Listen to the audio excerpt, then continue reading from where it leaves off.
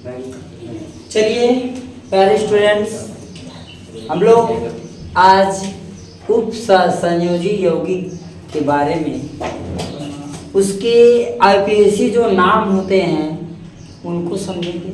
ठीक है, इसके पिछले बारे में बच्चों आपको बता दिया गया कि उप संयोजी यौगिक क्या है। ठीक है, और उससे रिलेटेड जो भी बातें थे इसके पिछले वाले वीडियो में बच्चों आपको समझाया गया।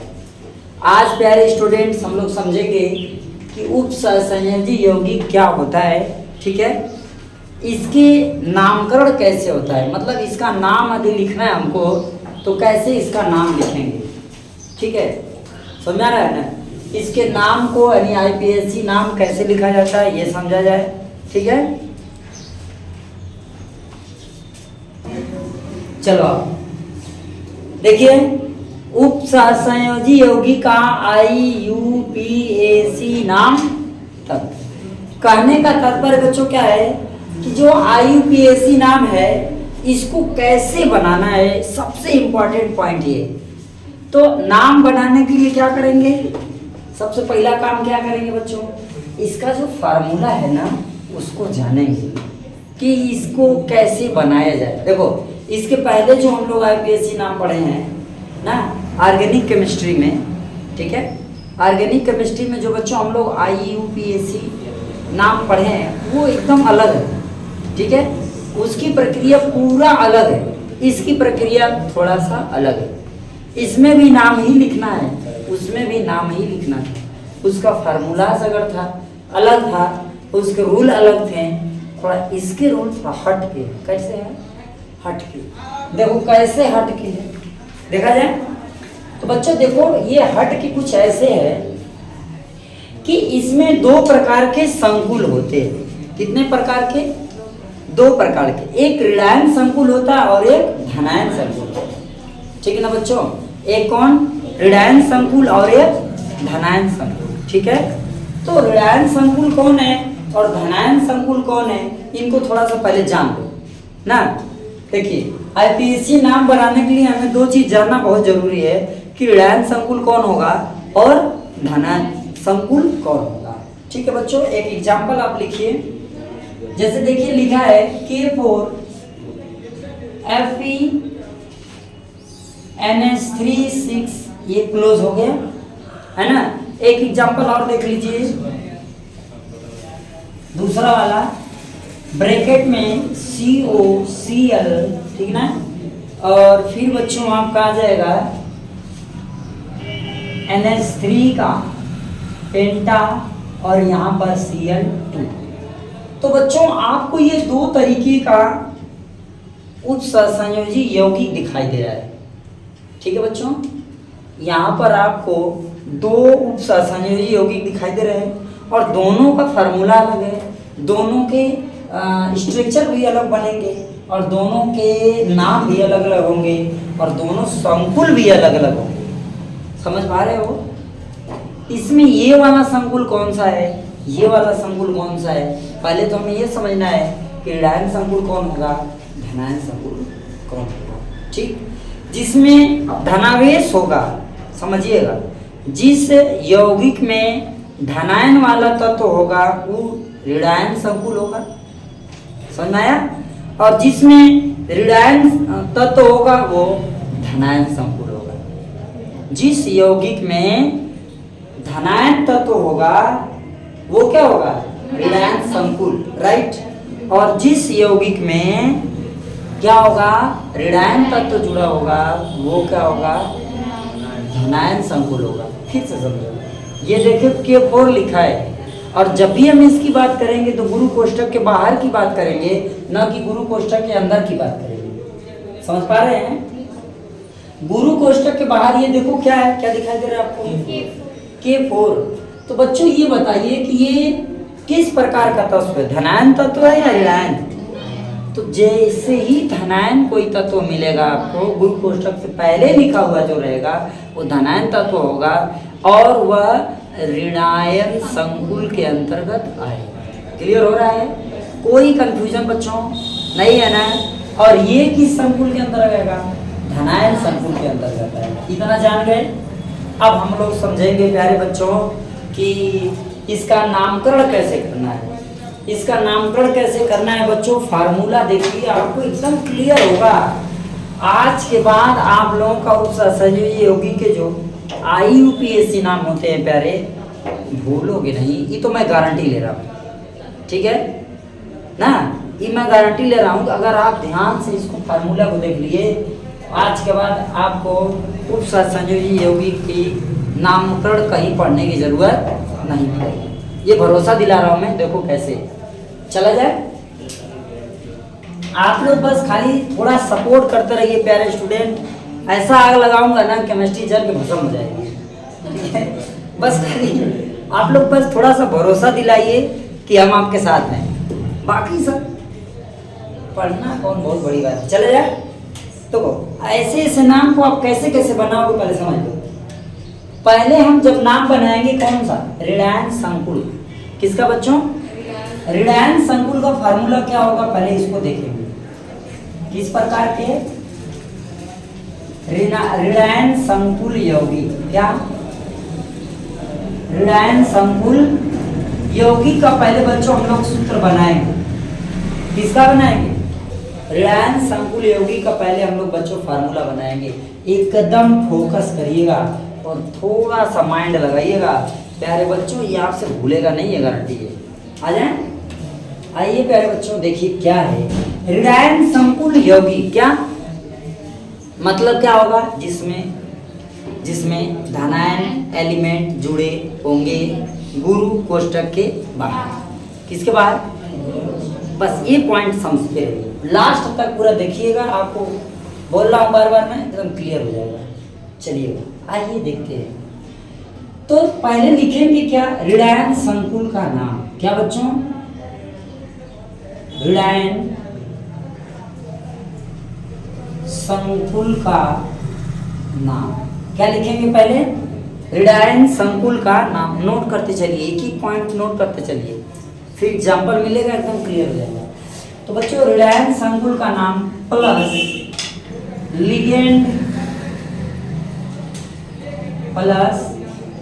लिगेंड की संख्या, प्लस लिगेंड की संख्या प्लस लिगेंड का नाम, लिगेंड का नाम। हो रहा है, समझ में आ रहा है, इसे धीरे धीरे चलते रहिए बच्चों। जो लिगेंड का नाम हम लोग लिखते हैं ना, वहाँ भी हमें एक बात का विचार करते रहना है कि जब हम लिगेंड का नाम लिखेंगे तो वहाँ पर सबसे पहले जो धनायन होगा उसका नाम लिखेंगे, फिर जो ऋणायन होगा उसका नाम। क्लियर हो रहा है, पहले किसका नाम लिखेंगे, लिगेंड में जो लिगेंड धनायन होगा या उदासीन होगा पहले उसको लिखेंगे, पहले धनायन उदासीन फिर ऋणायन। कैसे नाम लिखेंगे, धनायन उदासीन ऋणायन, एकदम क्रम समझते जाओगे। आपको ये ट्रिक दोबारा कहीं मिलेगा नहीं, अगर यहाँ से मिल गया तो ठीक है, और नहीं समझे तो फिर गए काम से। हो गया ना, लिगेंड की संख्या, लिगेंड का नाम प्लस प्यारे क्या समझेंगे, देखिए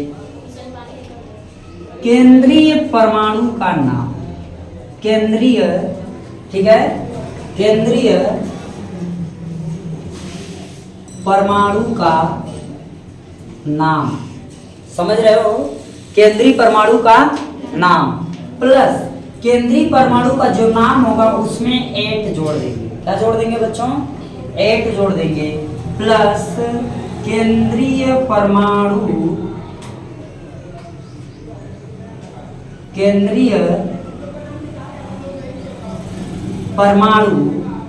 की ऑक्सीकरण संख्या, की ऑक्सीकरण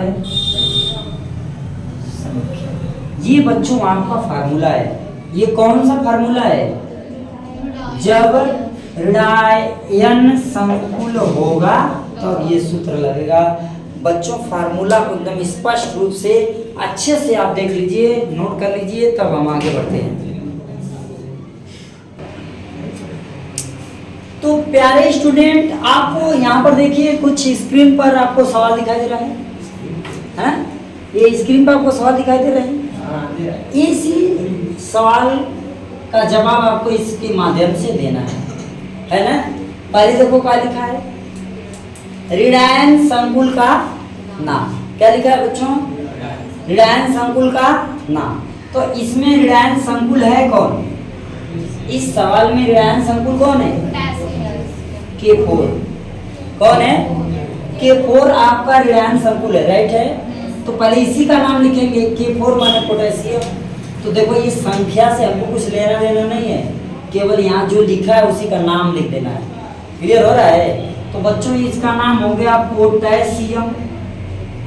क्या हो गया, इसका नाम क्या हो गया, पोटेशियम। क्लियर, चलिएगा ध्यान से तुम समझो। ये हो गया। अब लिखा है लिगेंड की संख्या। लिगेंड की संख्या, ये लिगेंड है और ये केंद्रीय परमाणु है। इसके पीछे आपको लिगेंड कौन कौन होते हैं क्लियर बताया गया है। ठीक है, एक बार पिछला वीडियो देखने के बाद बच्चों इसको देखिएगा जरूर से, आपको एकदम क्लियर हो जाएगा। ठीक है, आइए। तो ये मैं क्या कर रहा हूँ बाबू, ये आपका क्या हो गया लिगेंड और ये इसकी संख्या। संख्या 6 होती तो हेक्स लिखते हैं। क्या लिखते हैं, तो बच्चों यहाँ पर हो जाएगा हेक्सा। क्या हो जाएगा, हेक्सा। 6 को हेक्सा हो गया। हाँ हाँ, अगर 4 रही तो टेट्रा, 5 रही तो पेंटा, 3 रही तो टराई, 2 रही तो डाई, 1 रही तो कुछ ना लिखाई। क्लियर है ना, नहीं कुछ ना। चला, तो पोटेशियम हेक्सा हो गया। इधर ये Cn को क्या पढ़ते हैं, साइनो। क्या पढ़ते हैं, तो बच्चों हो गया साइनो। क्या हो गया, चमको। साइनो माने अच्छा, पोटेशियम हेक्सा साइनो। इधर इधर फोकस। अभी हो गया, देखो लिगेंड की संख्या हेक्सा हो गई, लिगेंड का नाम साइनो हो गया। बच्चों ध्यान दो, इधर इधर ध्यान देंगे ना तो फिर एनर्जी नहीं खर्चा होगा। नहीं तो फिर बच्चों ने पूछेंगे सर ये कैसे हो गया, सर वो कहाँ से आ गया, तुम काका बताएंगे, है कि नहीं। थोड़ा ध्यान दे दीजिए, आ जाएगा कई बार में। तो पोटेशियम हेक्सा साइनो, राइट। अब इसके बाद क्या लिखा है, केंद्रीय परमाणु का नाम। आप यहाँ पर एक चीज पढ़ा सकते हैं, केंद्रीय धातु परमाणु। टेंशन नॉट, ठीक, कोई बात नहीं, हमने पढ़ा। केंद्रीय धातु परमाणु का नाम लिखिए, चाहे केंद्रीय परमाणु का नाम लिखिए, परेशान होने की जरूरत है क्या। चलिए आ जाइए। तो अब इसका नाम लिखेंगे, इसमें केंद्रीय धातु कौन है बाबू, Fe है। Fe को फेरस लिखते हैं ना, तो यहाँ लिख सकते हैं। तो ये हो गया फे। अब मैं यहीं पे छोड़ दे रहा हूँ ना, फेर लिख के छोड़ दे। अभी क्या लिखा है, इनमें 8 जोड़ देंगे तो फिर 8 हो जाएगा। क्या हो जाएगा, हमने कहा ना केंद्रीय धातु परमाणु का नाम भी क्या लिख देंगे, 8 लिख देंगे, 8 जोड़ा जाएगा। तो ये क्या हो गया, पोटेशियम हेक्सा साइनोफेरेट। क्लियर। अब कह रहा है क्या, केंद्रीय परमाणु की ऑक्सीकरण संख्या। तो बच्चों देखो यहाँ Cn है, इधर देखिए इसकी ऑक्सीकरण संख्या कैसे निकालेंगे। K लिखा है, K का पोटेशियम का 1 होता है, तो 1 इंटू इसकी संख्या कितनी है बाबू, 4 है, तो 4 लिख दीजिए। प्लस Fe की पूछ रहा है, Fe को x लिख दीजिए, राइट। फिर प्लस Cn का माइनस कितना होता है, Cn की ऑक्सीकरण संख्या -1 होती है। कितनी होती है, -1 होती है। बच्चों इसका -1 हो गया, राइट है ना। फिर इंटू कितना लिखा है, 6 = 0। बच्चों इतनी बात तो समझ में आई होगी। चले और आगे। अब देखिए प्यारे बच्चों, ये 4 1 जा 4 है ना, प्लस x।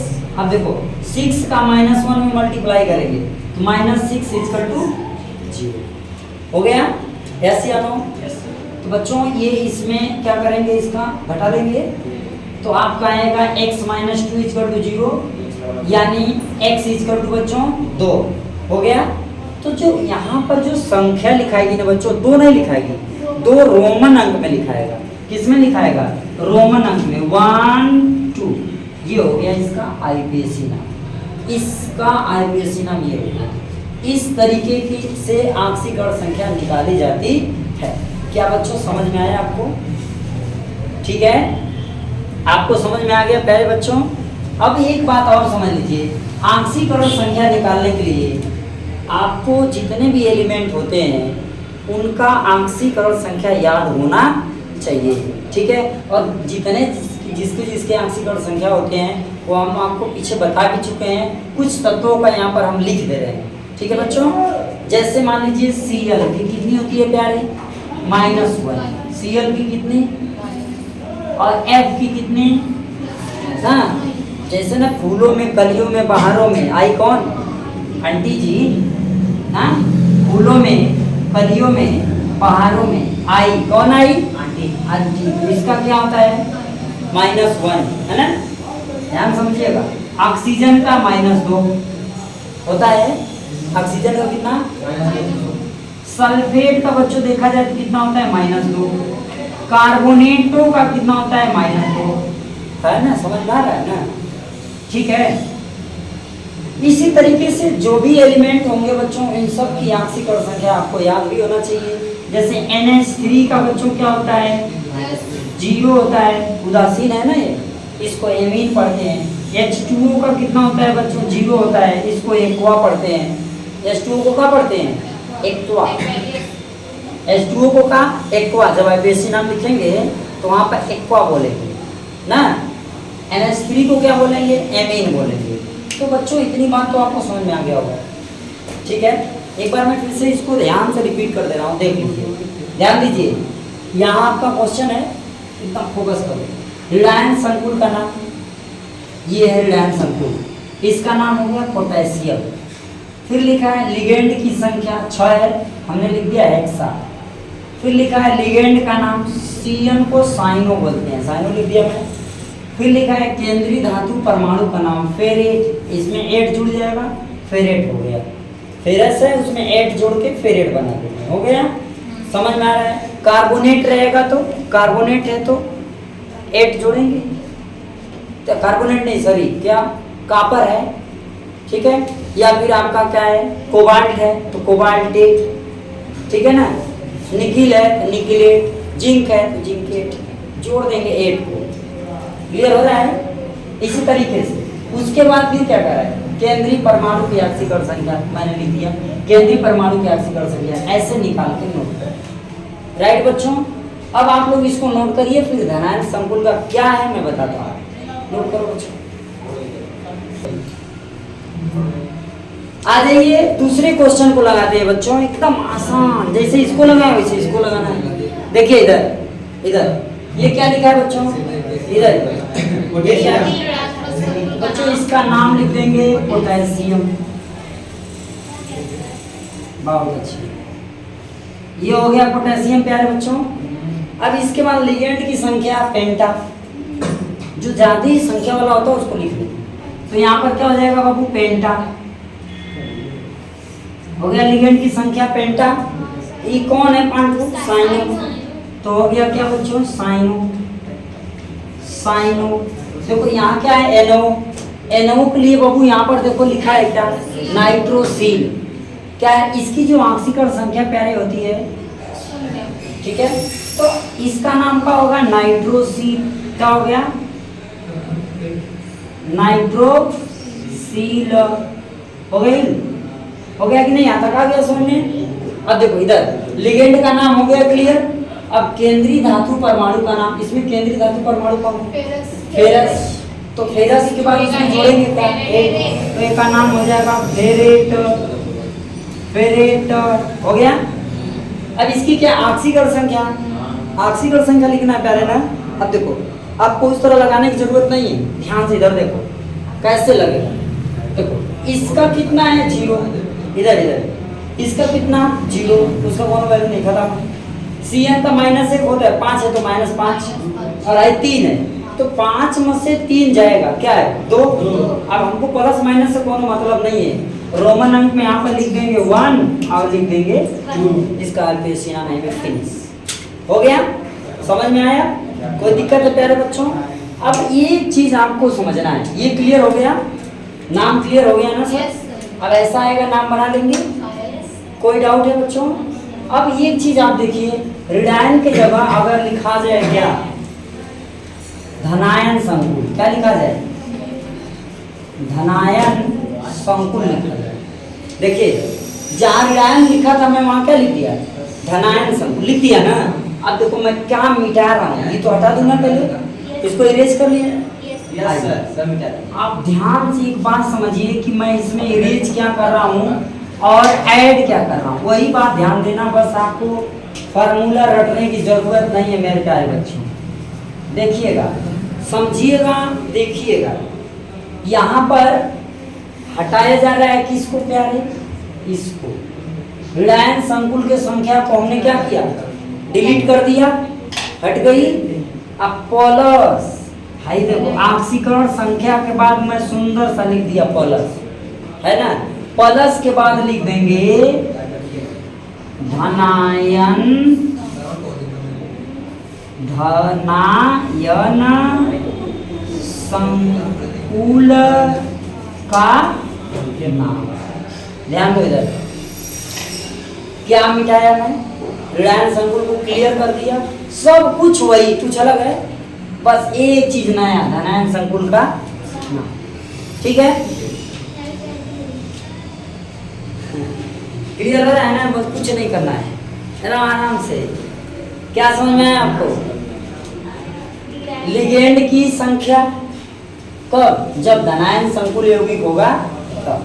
लिगेंड की संख्या प्लस लिगेंड का नाम प्लस क्या, केंद्रीय धातु परमाणु का नाम। किसका नाम, केंद्रीय धातु परमाणु का नाम।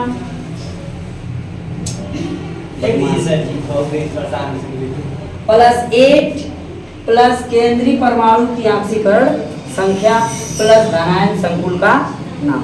फार्मूले को नोट करो बाबू, अभी हम इसका एग्जांपल आपको समझाते हैं। चलो देखो बच्चों, इधर ध्यान दीजिए, ये आपका सवाल है, क्वेश्चन क्या कह रहा है, देखो ग्रुप कोष्ठक में क्या है, कोबाल्ट, फिर कार्बोनेट, फिर आपका एमीन संख्या है और ये क्लोराइड है।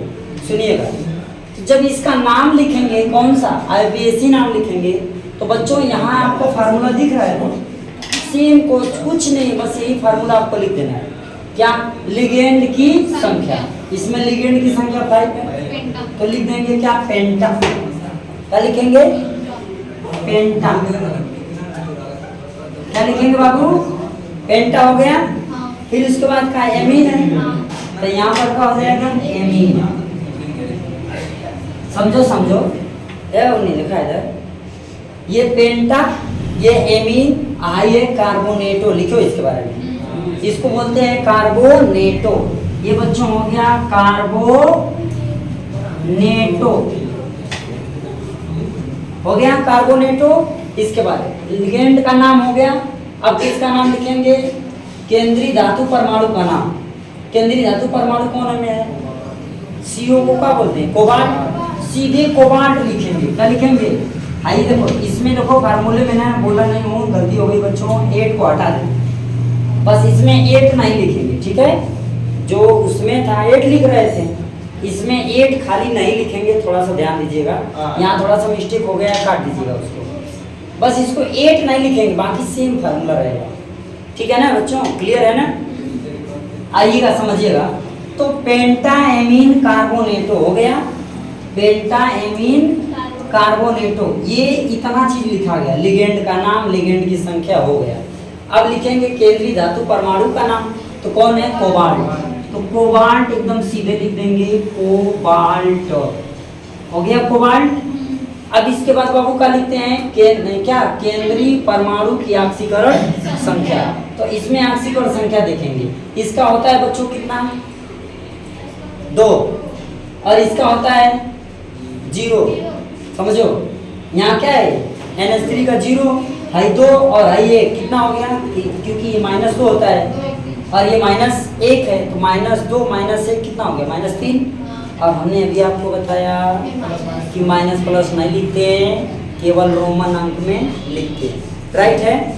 तो बच्चा यहाँ पर क्या हो जाएगा आपका 1 2 3, बस नाम हो गया। इसके बाद क्या है लिखा है, Cl। क्या लिखा है, Cl को क्या पढ़ेंगे, क्लोराइड। क्या लिखेंगे, क्लोराइड। क्या लिखेंगे, क्लोराइड। क्लियर हो रहा है ना, कोई कंफ्यूजन है इसमें आपको, इसी प्रकार की दिक्कत है बच्चों। बस ये आपकी तरह संख्या निकालेंगे। बस भाई आपसी और संख्या आपको निकालना आ जाएगा पहले बच्चों, एक से टू से निकालेंगे सब आ जाएगा। आप केवल ध्यान से प्रैक्टिस कर लीजिए, सब आ जाएगा बच्चों। आप लोगों को अच्छा लगा होगा ना बच्चों, तो अपने दोस्तों में जरूर भेजना ना, ठीक है। अच्छा नोट कर लिया था लोगों।